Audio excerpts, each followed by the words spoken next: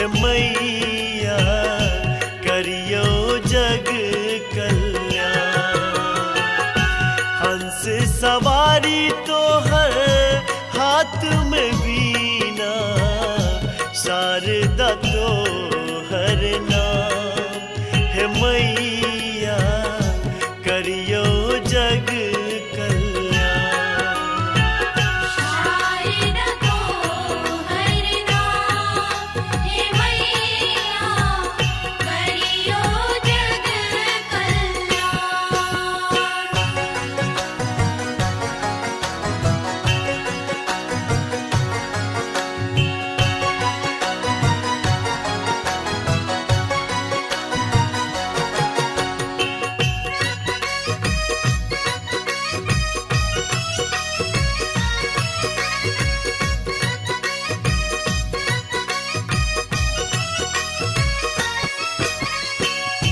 ज्ञानक पोटरी अछि मोर खाली।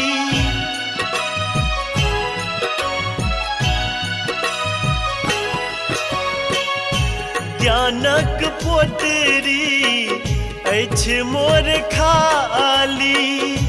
जगरूपी बगिया के ओहि छी माली। जगरूपी बगिया के ओहि छी माली। पोटरी खाली भरियो हे मैया करै छी गुणगान। हे मैया करियो जग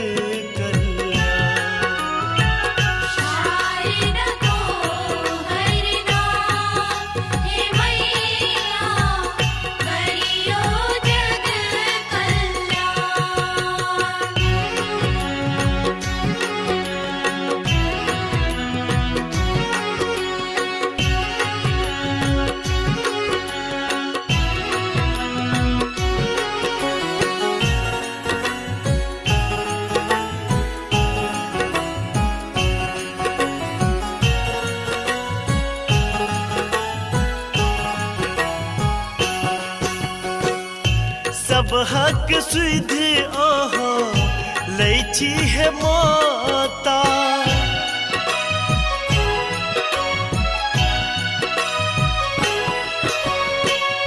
सब हक सुध अहाँ लै छी हे माता। हमरो सजोरू बेटा के नाता। हमरो सजोरू बेटा के नाता। छोड़ चरण हम जैब नहीं जननी, रहब अहीं के धाम। हे मैया रहब अहीं के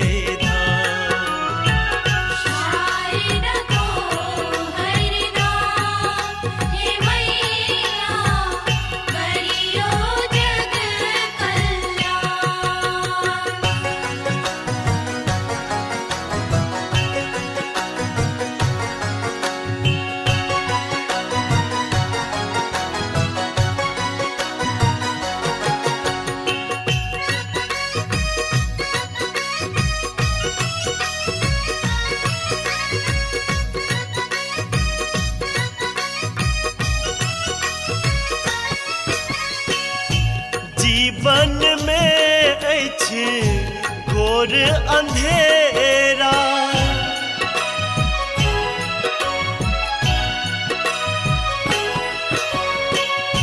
जीवन में अछि घोर अंधेरा। माधव के दुनिया में करियो सवेरा। माधव के दुनिया में करियो सवेरा। पाथर बन जुन देखी